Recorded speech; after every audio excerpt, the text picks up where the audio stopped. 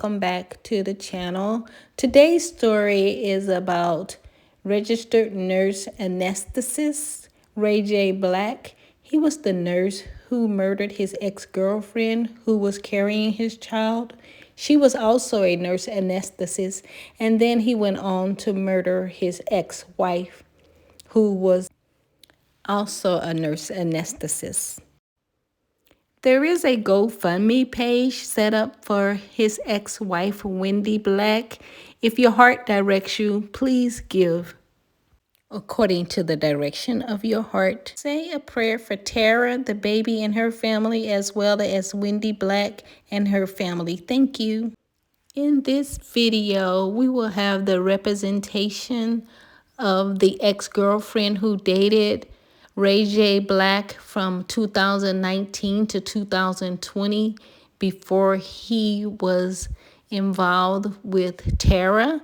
So I want you to listen to her story of how he was depressed and how she could not deal with it or would not deal with it because she had already been through some things herself from abuse from her past, and she just could not take on that responsibility.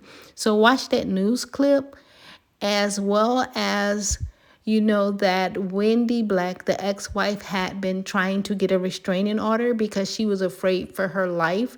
And he did exactly what she was afraid that he would do. If the authorities had acted, perhaps Tara LeBang's life and her baby's life could have been spared. And Wendy's greatest fears would not have come true. So after this short clip and the disclaimer, we will watch the video and see how this unfolded. After seeing what all these nurses said about him, leave it in the comments if you think he was a porcupine man or not. Disclaimer, my videos are for entertainment and educational purposes only.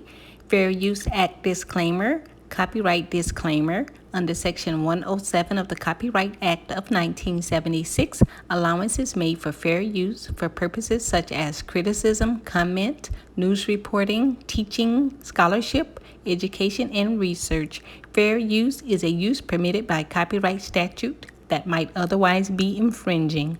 No copyright is intended. All rights reserved.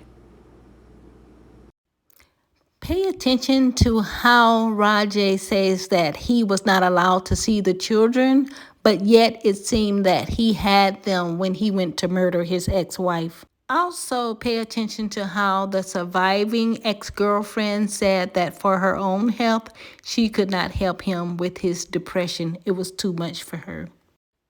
So there you have it, from 3 different women who said no thank you.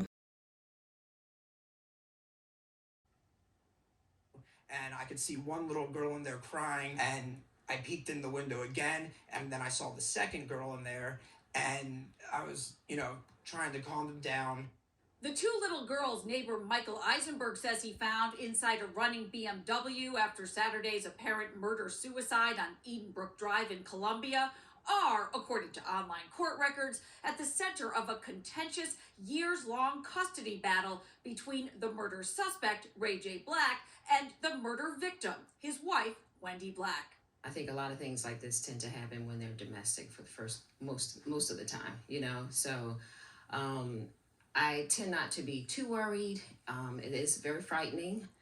Online records in Howard County Circuit Court show a hearing in the custody case slated for next month, and nearly 4 years of accusations lodged across dozens and dozens of filings. Mr. Black accusing his ex-wife of trying to hit him with her car and hiding her address and therefore the children. But dominating the custody case file, domestic violence charges filed against Ray J. Black by his ex-wife, Wendy, including her handwritten pleas to the court for protection. Quote, I am terrified because I do not know what he is capable of doing to me and the girls. I do not feel we are safe. I do not feel safe at all. I feel that my life is in danger. Those fears echoed in more formal filings by her attorneys over the years. Complaints that Ray J. Black has serious issues with anger management and violence, has a history of alcohol and drug abuse, has made threats to harm and kill Wendy Black, including killing her with a gun, and that he has easy access to weapons.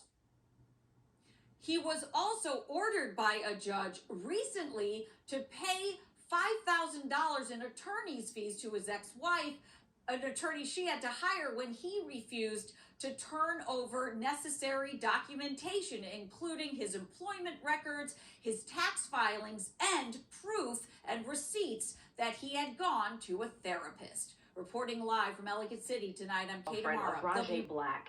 Police say Black killed two of his former partners in a rampage that started in Baltimore and then ended in Howard County. WJZ investigator Mike Helgren has the follow-up tonight. I kept urging him to go to therapy. The former girlfriend has not been able to bring herself to watch the Facebook Live video. It's the holidays, man. I don't have no family, nothing. Anyway, I just did something crazy, man. Where Rajay Black appears to confess to killing his ex-girlfriend Tara LeBang before police say he gunned down his ex-wife Wendy Black at her home in Columbia Saturday, all while his young children waited in an SUV outside. We did have access to weapons. I definitely feel for the children. I feel for all of them. Wendy and Tara. She asked that we not name her and share this video of Rajay. She says they met in March 2019 and broke up a year later. She says he had severe depression and never got help for it. I felt like I was the only support system for him in a way, but I had to choose my own sanity. I had to choose my own well-being. And when I broke up with him, I still loved him incredibly.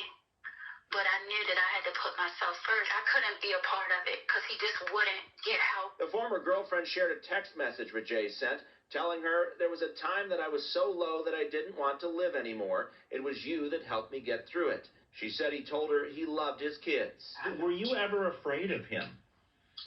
No, Jay never cursed at me. He never raised a voice at me. He always told me because of what I had been in a previous relationship with being abused that he would never hurt me.